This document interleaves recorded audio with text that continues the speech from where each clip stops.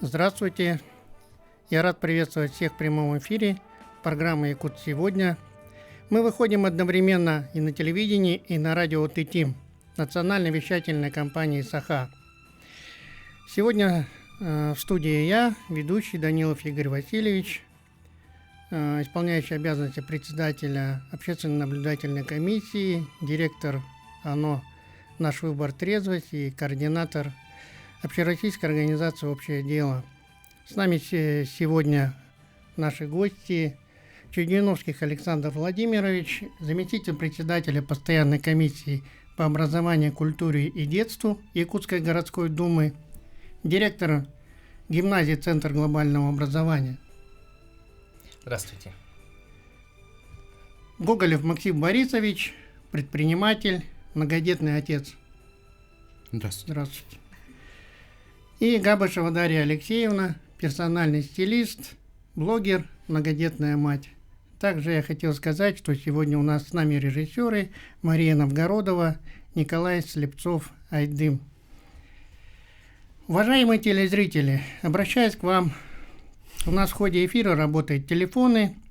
Это 32 00 66, 32 11 66, код города 41 12. По ним вы можете задавать вопросы или поделиться своим мнением. Всем еще раз здравствуйте. Здрасте. На прошлом эфире прозвучала такая фраза: «Трезвая Россия – сильная страна».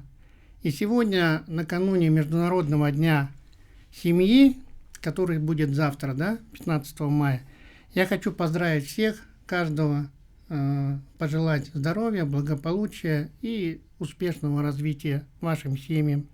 Сегодня мы будем говорить о важности и преимуществе трезвого и здорового образа жизни.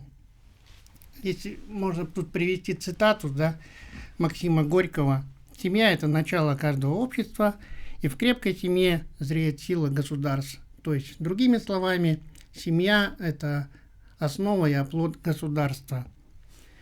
Поговорим о том, как трезвость влияет вообще на образование и семьи, о важности, о преимуществах. Александр Владимирович, вы могли бы рассказать, как депутат, какие у нас мероприятия направлены на то, чтобы поддерживать именно трезвый и здоровый образ жизни? Игорь Васильевич, как вы правильно отметили и привели такие чудесные слова Максима Горького, действительно все развивается и формируется в семье. И, конечно, те ценности, о которых мы сейчас говорим, это здоровая семья, это здоровое поколение, это, конечно же, связано и с будущим, и со здоровой нацией. И дело в том, что та проблема, о которой мы также говорим сегодня, она имеет, конечно, глобальный характер, и страны всего мира, в том числе и наша страна, активно принимает разные действия на разных уровнях. Как на федеральном, так и на региональном и на местном. Конечно, одним из ярких, пожалуй, способов, которые годами ранее по инициативе Григорьева Евгения Николаевича мы увидели в городе Якутске, это изменение нормативов, расстояний от школ до разных пивных точек, и алкомаркетов и так далее. Также и о параметрах и требований по выдаче лицензии на продажу алкоголя. И на самом деле здесь стоит отметить, что с точки зрения решения проблемы и борьбы с алкоголизацией населения, это, конечно, один из таких, наконец-таки, серьезных и эффективных способов. Мы на самом деле давно ждали каких-то конкретных шагов, которые решали эту проблему, не просто мы бы говорили о ней, говорили о профилактике и так далее. Этот вопрос, он решался комплексно, он решался через серьезные такие общественные обсуждения. И я вообще рад на самом деле, что мы проявили консолидацию, и на всех буквально уровнях власти этот вопрос был поддержан. Конечно, здесь появилась и другая сторона медали, так скажем, да, это ну, вопросы появились у бизнеса о том, как нам дальше развиваться и так далее. Но здесь мы должны все-таки выбирать, что для нас дороже. Мы хотим сохранить свое будущее, мы хотим сохранить нацию, мы хотим развивать республику в здоровом направлении, или мы все-таки заботимся о каких-то сиюминутных заработках, хотим набить там свой карман, ну, знаете, не сказать, конечно, нечестными, нельзя так сказать, но не совсем здоровыми деньгами.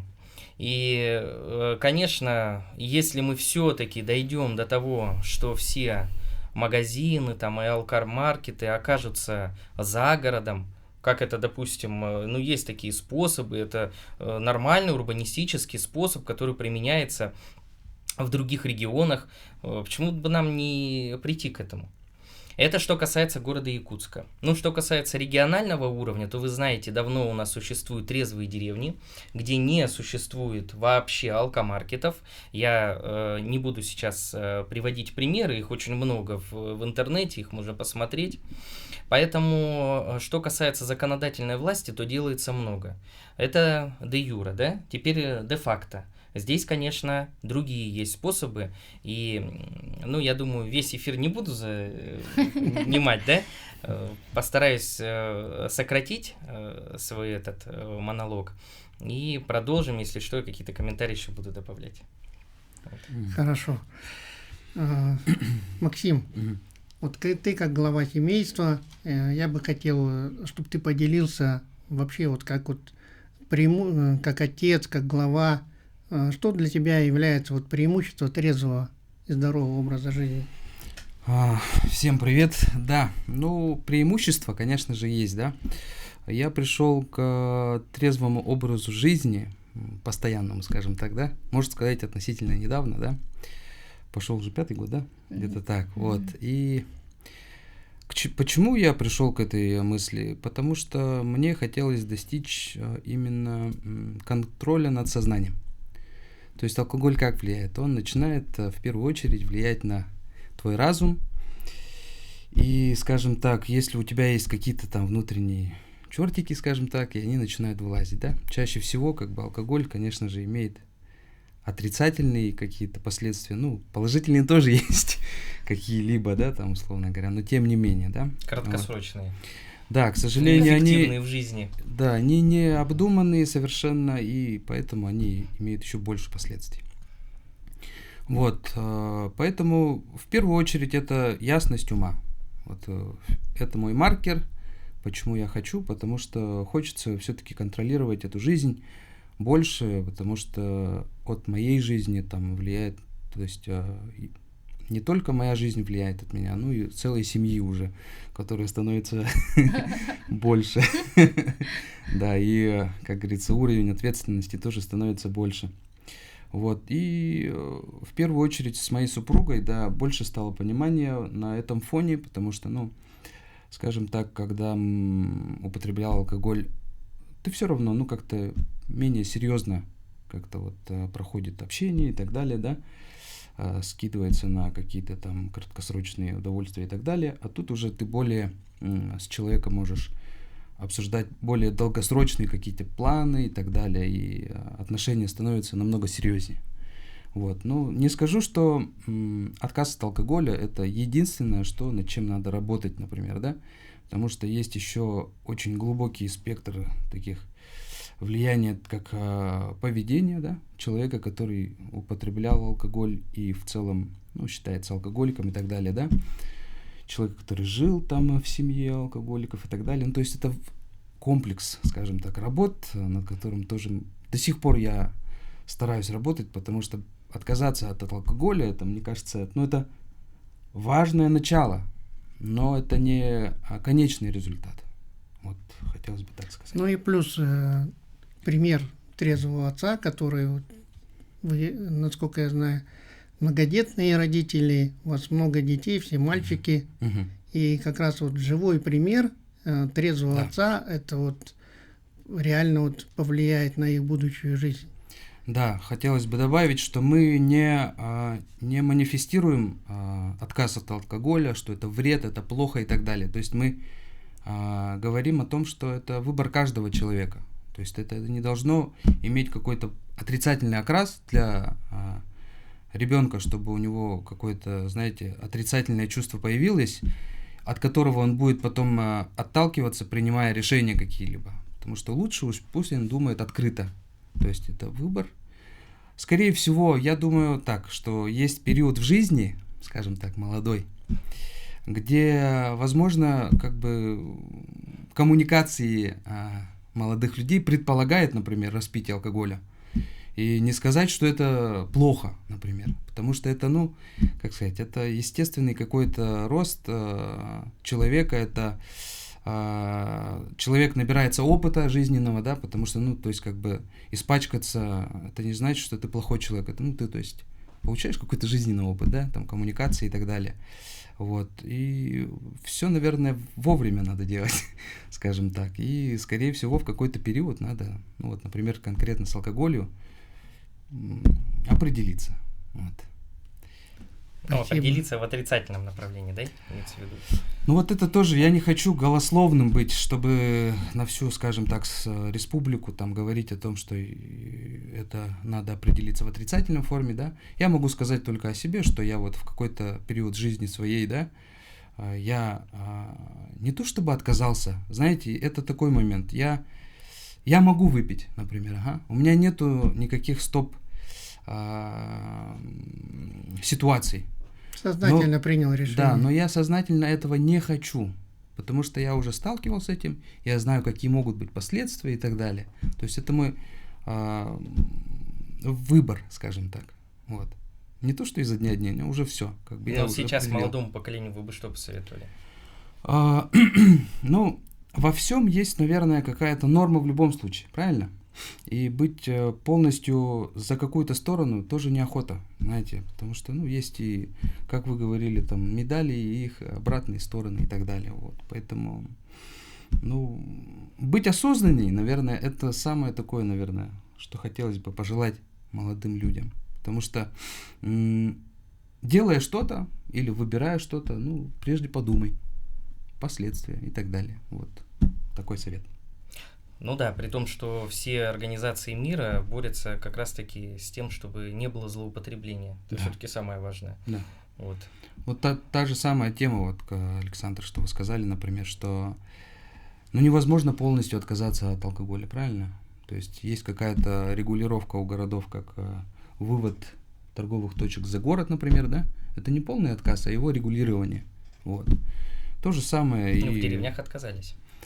Да, я в курсе, что есть деревни, которые полностью официально ЗОЖ, но будем честными, что есть де юре, де факто, то есть они могут разниться, потому что есть какая-то, возможно, потребность, которая формируется там, ну не знаю, не одним человеком, ну скажем, да, и есть еще идеал, к которому мы стремимся. Естественно, это вектор, конечно. Вот я сегодня же мы говорим соглашусь. О другом идеале, да? Ну, вот я и говорю, что... Ну, чтобы не перетягивать идеалы, мы говорим об идеале. Ну, спорить можно, да. Ну, как бы у нас даже и не спор, скорее всего, это правильно вы заметили, что это вектор, действительно, то есть вектор. Это не, скажем так, за или против, это вектор. Да, я хотел бы предоставить слово Даше. Вот я знаю, что ты давно и сознательно приняла такое решение, что для тебя трезвость, ну, это норма, это естественное твое состояние. Могла бы ты немного рассказать об этом? Ну, начнем с того, что тут нужно отметить, да, что я, наверное, как и большинство людей, ну, в какие-то вот моменты вот юности своей, все равно, конечно, не могу сказать, что не было, что я всегда такая была, такая вот родилась и сразу решила, что алкоголь — это плохо. К сожалению, тоже приобрела какой-то опыт. Опыт приобретен у меня был не только в свой личный, да, он у меня был приобретен в семье, то есть я открыто говорю, что я росла в семье с алкогольной зависимостью, и я этого не скрываю. Почему я так говорю? Потому что это очень важно, потому что с этого тоже формируется пример, с этого тоже формируются определенные привычки, какие-то психологические паттерны тоже здесь закладываются. И тут, вот, как говорил Максим, о том, что формируется выбор. Почему для меня это важно сейчас? Потому что, во-первых, я мама, да, то есть мы вот с Максимом женаты, у нас 4 детей, да, мы воспитываем мальчиков, и я понимаю, что единственное, что можно сделать, например, сейчас, и для того, чтобы повлиять на их развитие, чтобы повлиять на их будущее, я могу только, взяв на себя ответственность такую.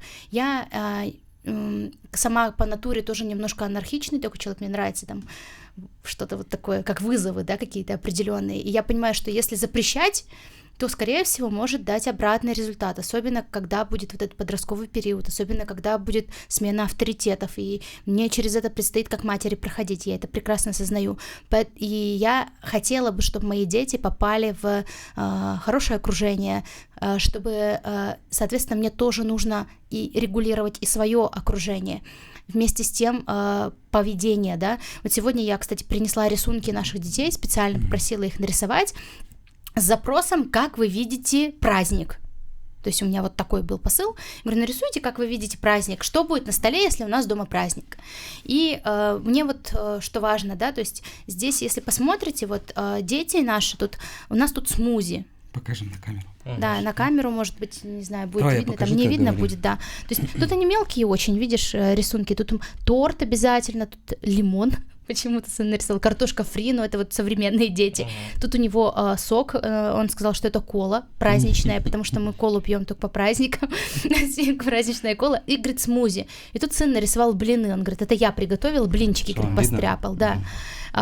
Детям 8 лет, да, другой сын нарисовал тоже стол, и здесь тоже нет вообще ни одного алкогольного напитка, только какая-то еда, торт, причем у всех торт обязательно, картошка фри, ну, по всей видимости, это база в нашей семье, наверное, вот, и 4-летний ребенок просто нарисовал, я говорю, нарисуй праздник, он говорит, это будет Новый год, и нарисовал просто елку, от сыну 4 года подарки и тортик тоже, ну, то есть вот так вот, и это говорит о том, то есть я понимаю, что дети рисуют то, что они видят, да, то есть они транслируют свою насмотренность через это. И наши дети не чокаются стаканами, например. Почему? Потому что у нас этого нет. Я так скажу, я прямо совсем вообще отказалась от алкоголя, по-моему, как 4 года. То есть до этого времени я его не пила в большом количестве, но могла там выпить бокал чего-то, скажем так. Это такое было.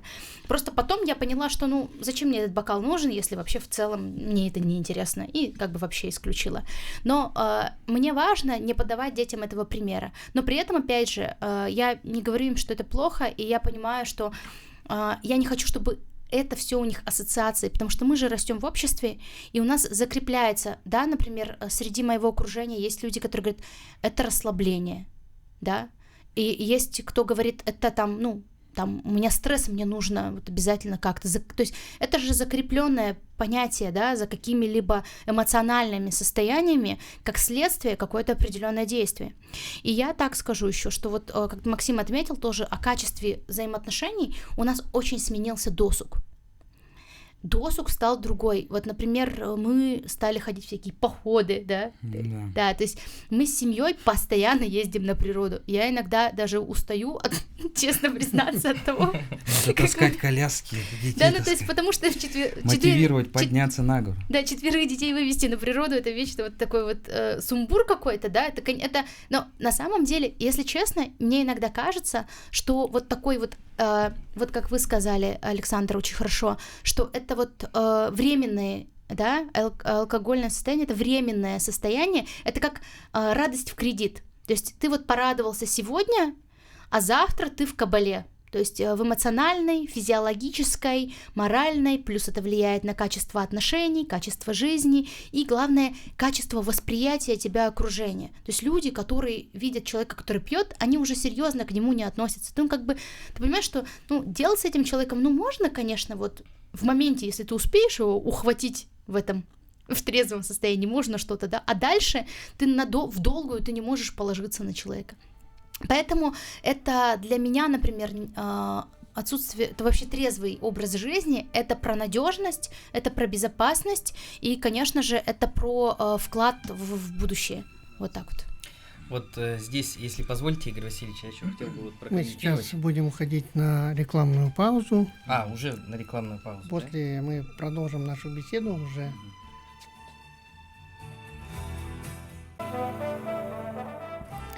продолжаем наш диалог. И, Александр Владимирович, вы хотели... Да, спасибо большое, Игорь прокомментировать? Васильевич. Да, я хотел прокомментировать, что вот те способы, которые я называл, те способы, которые и Максим, и Дарья назвали, они все сводятся к тому, чтобы, опять же, отойти от самого опасного в жизни. И вот правильно говорят ребята, да, что, так скажем, да, вот, что действительно два пути, да, есть в решении, я имею в виду. Действительно сказать «нет», и тогда к чему это приведет? Но мы опять не знаем, хорошо или плохо. Или действительно дать выбор, и смотреть, и сопровождать. Вот это более цивилизованный подход. Я вот о чем. Что здесь родители, они с этой точки зрения тоже должны рассуждать. Если родитель не рассуждает, ну, то здесь надо подкреплять свои знания какими-то. Сейчас литературы очень много, в том числе и по борьбе с алкоголем. И даже точнее, с точки зрения, как можно ребенка оградить от этого. Это целая стратегия. Поэтому мне понравилось то, что вы сказали. Это здорово. На самом деле это очень современно и прогрессивно. Спасибо. Я думаю, что в данном вопросе вот должно быть такое тесное сотрудничество и взаимодействие. Вот как раз вот семья и школа, там и не нужно там перекладывать ответственность друг на друга, да. Именно и в семье идет воспитание, оно закладывается, что трезвый образ жизни – это вот как раз, естественное состояние, это нормально. Это норма. Это норма, да. Да, это не что-то хорошее, это норма. И в школе то же самое. В школе должны быть какие-то мероприятия проводить. Вот мы, Александр Владимирович, уже в течение там нескольких лет проводили мероприятия от добровольцев общего дела. К нам недавно приезжали представители, главный режиссер общего дела и спикеры из Красноярска, Сочи. Вот был такой вот мощный слет, в котором приняли участие наши партнеры. Это Центр профилактики, Государственный комитет юстиции. В общем, это было полезно и для детей, потому что как бы просто с запретами одними ничего не добьешься. Нужно детей воспитывать с самого детства. То есть показывать им, что трезво, это не что-то такое там запредельное, а это нормальное состояние. И вот можно вот как раз вот поделиться вот с точки зрения, вот как вот вы как директор школы, там, вы как вот многодетные родители, что бы вы хотели бы пожелать или, может быть, опытом поделиться каким-то? Начинаем, да? Да. Или да, то есть, да, по кругу. По кругу, как мы начали разговаривать. В той же самой очередности. Да. Мы же трезвые люди, можем не запутаться в таком простом моменте. Правильно сказал Игорь Васильевич. Вот эти вот общества, которые формируются, общественные организации, вот это самые важные элементы. Вы знаете, вот школа – это же система, там все очень структурировано. Почему? Потому что просто миллионы детей мы должны подготовить к взрослой жизни. Это огромный пласт информации, как государственной важности, который идет на сохранение не только государственных границ, но и государственной истории, И ценности, нашей конечно. всей истории. Поэтому, вот, кстати, это в собрании, вот сейчас вот была фотография, но уже ушло. Ладно, там тоже обсуждался этот вопрос по алкоголю. Да, вот это в Совете Федерации. Это в Москве. Я сам являюсь членом Палаты молодых законодателей Совета Федерации Российской Федерации. Это было совещание с Валентиной Ивановной Матвиенко. Классно. Да. И там были инициативы, их очень много по поводу вот алкоголизации. Там несколько проблем. И алкоголизация, и нецензурная брань, и табакокурение, и вандализм. Их на самом-то деле вот таких вот проблем конечно, похожих, которых решать очень непросто, и надо решать их комплексно. И каждая ячейка, вот если в нашей школе это будет решаться, в других образовательных учреждениях решается, я имею в виду, что силами общественных организаций. Почему говорю, что это сила? Потому что вот исходя из того, что я сказал, структурировано, у нас и содержание, естественно, структурировано. Естественно, мы говорим, нельзя. Но это подход школы, извините. А как вы на большую массу скажете? А вот индивидуальный подход в семье каждого ребенка, это то, о чем вот вы как раз и говорили.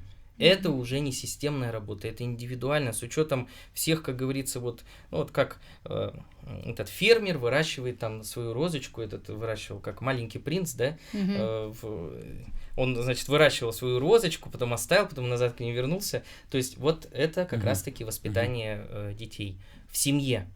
Школа это уже структурировано.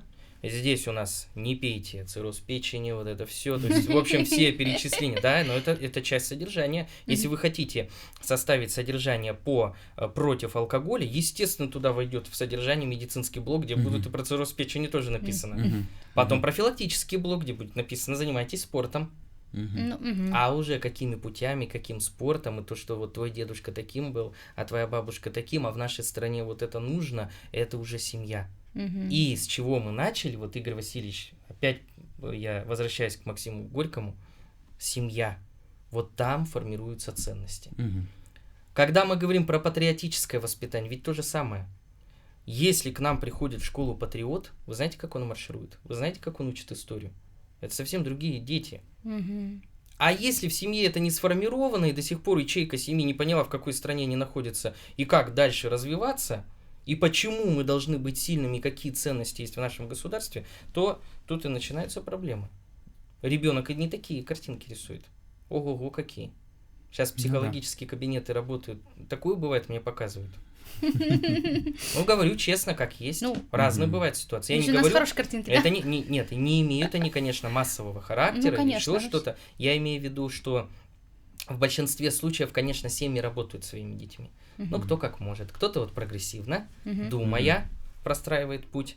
Кто-то вот, все. Кнут. Не вздумай. Увижу. Во-во-во, увижу, все. Поэтому, да, тут, конечно, уже вот формируются вот какие... И здесь общественность, опять возвращаемся к общественности, вот и должна помогать. Почему нельзя там вот это вот?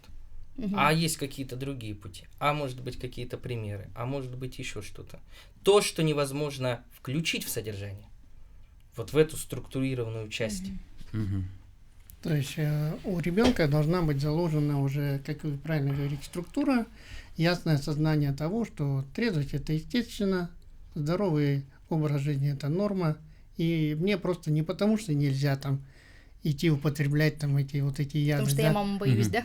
Да, маму и папу боюсь, а потому что мне это не интересно. Да, и акцент также у меня был на общественных организациях. Больше грантов вот по этому направлению, больше поддержки. Но то, что сейчас осуществляется. И очень много, на самом деле, появляется организаций, вот таких, директором которого является и Игорь Васильевич. Это здорово. Правда, я тоже хочу поддержать эту мысль. Действительно, она очень такая неочевидная на самом деле. Когда мы воспитываем детей, например, да, часто бывают такие споры. А в школе нам так сказали, например. Где ты дома обсуждаешь, а в школе система более директивная, скажем так, потому что она дает вектор, который определяется системой образования, да, и дебаты, скажем так, она не терпит. А дома ты уже начинаешь обсуждать, почему так сказано, скажем так, для чего, почему нет, почему да, согласен ты или нет, то есть как бы это именно формируется в школе. Это, мне кажется, такое неочевидное, да, замечание, скажем так, потому что обычно как бывает, что мы должны быть согласны со всем, что нам сказали, условно говоря, да, и там не объясняется почему. И вот очень хорошее замечание, что действительно мнение формируется в доме, а вектор сформируется вот системой, условно, школы, страны и так далее. Максим, можно я даже уточню? Я здесь вот наибольшая нагрузка вот этой мысли, она была в том, чтобы было участие семьи. Да. Все, да. Школа дала вот это вот все, вот семья теперь, вот она вот это вот все развивает. Ну и добавлю, что, конечно, и родители, и люди разные, и дети разные, да, как можно на них повлиять, тоже можно по-разному. То есть кому-то директивно надо сказать, а кому-то надо разжевать там и так далее. То есть это тоже не в компетенциях школы, скажем так, да, что-то разжевывать и так далее. Вот сказано, сделано, а в каких условиях живут дети и в каких условиях семья вот существует, это уже, конечно, дело каждого. Но вот именно вектор, действительно, это такой важный момент. Вот, а разжевать надо родителям. Ну и своим примером показать, там, условно, вот мы же говорим о том, что трезвость это норма, да, это как раз-таки формируется в доме, потому что я тоже лично, там, например, тоже имею опыт жизни в семье с алкогольной зависимостью и так далее, да, где, скажем так, частенько бывает такое, застолье, ты приходишь, и тебе говорят, это плохо, так нельзя. Но при этом праздник Да. идет, да? Да. На улицу вышли, курят, курить плохо и так далее. Ну, то есть это как к этому отнестись, ты не понимаешь. Тебе говорят, а почему, я спрашиваю, например, и тебе говорят, ну, вырастешь, поймешь. Всё. Главный ответ на все вопросы. Самый мудрый, по-моему, ответ, да, Да. действительно, на все вопросы. Вот, И я хочу вот добавить, такая если честно, момент, да, что вот эта фраза, кстати, вырастешь, поймешь, да, вот каждый раз я думаю, сколько лет мне должно случиться, чтобы я начала понимать наконец-то, да, и здесь вот я добавлю о том, что вот у меня в процессе, пока вы говорили, появилась мысль о том, что есть правда, движущая сила — это общественная организация. Я в юности, ну, то есть тоже была очень сильным общественником, но мы больше занимались волонтерской какой-то деятельностью, потому что, ну, тогда это было, скажем так, популярно, да. Сейчас у нас, правда, немножко другой вектор. 10 лет назад у нас были одни информационные источники, то есть, да, сайты и так далее, и мы как бы и пользовались только ими. Сейчас у нас век развития социальных сетей, то есть у меня, например, есть определенная аудитория в соцсетях. Я часто транслирую что-то вот связанное, например, с вредом и алкоголя, и чем-то еще, то есть стараюсь как-то об этом говорить, и вот подумала о том, что, наверное, нужно было бы сделать вот какой-то контент, потому что дети, они преимущественно где? В соцсетях все равно находятся, да, они смотрят за любимыми блогерами, у них есть какие-то авторитетные личности, на которых они хотят быть похожими. И, конечно, когда приходит и говорит взрослый, тем более, например, когда это родитель, в какой-то момент это учитель, потому что я знаю, что не у всех учителей тоже, получается, ну, на подростковое поколение сильно влияет, то есть все равно там у них есть какие-то кумиры, свои артисты, там кто-то еще. И сейчас мы с вами видим поголовно, как все грустят, когда какой-то артист умирает от какой-либо зависимости, да, и то есть у нас рождается какая-то вот культ какой-то, вот, там, да. И я, когда это вижу, я прям помню, вот недавно буквально эта новость была в интернете, я очень огорчилась. Что за кумир у наших детей вообще? То есть мне прям было грустно. Я подумала, что происходит? Почему это, ну, не какие-то классные спортсмены, не какие-то клевые олимпийские чемпионы? Почему они сейчас не являются вот примером? То есть, да, понятно, что если ребенок занимается спортом, он знает спортсменов, ну, в своей вот сфере. То есть дети, которые не занимаются спортом, они этих спортсменов, ну, не знают, например, да, и лидеры у них музыкальные какие-то деятели, и чаще всего они... Гедонисты какие-нибудь, ну, просто кайфарики, скажем ну, так. да, просто снимающие дикий контент там, да. И я вот подумала о том, что вот буквально родилась мысль о том, что сейчас даже вот у нас в Якутске, в Якутии, в стране есть классные, очень клевые молодежь, артисты, которые, как я знаю, поддерживают здоровый образ жизни, просто об этом не транслируют вот так, просто живут трезвой жизнью, но не ходят с транспарантом.